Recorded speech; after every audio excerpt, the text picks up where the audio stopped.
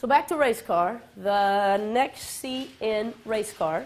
Remember, we're talking about 7 crucial concepts that every good point guard understands. The second C in race car stands for the word cleverness. Cleverness. Good point guards have a lot of cleverness in their game. Good point guards, especially good small point guards, understand that the essence of the game is deception. The essence of the game is deception. They're very deceptive when they play. In other words, they're very tricky. They're very unpredictable. They're always fooling defenders. And they take great pleasure in their ability to do so. And players like Steve Nash or Tony Parker or John Stockton when he played, or even Larry Bird when he played, or Diana Taurasi in the women's game, certainly Dawn Staley when she played.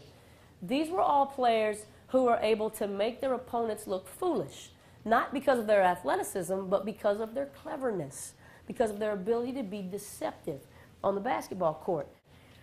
The most obvious way to be clever on the basketball court is to use fakes.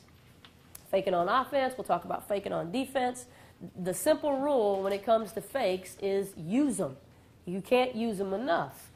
And again, we'll talk about a lot of different ways to be clever. We'll talk about clever ways to get yourself open. We'll talk about clever things you can do on defense. We'll talk about ways to be clever with your eyes.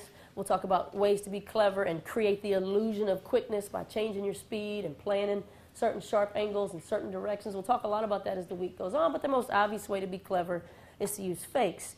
And this is another one of those things I think you should try to be showing off in your game. It's another one of those things to be proud of as a point guard, is your ability to be deceptive on the basketball court, your cleverness on the basketball court.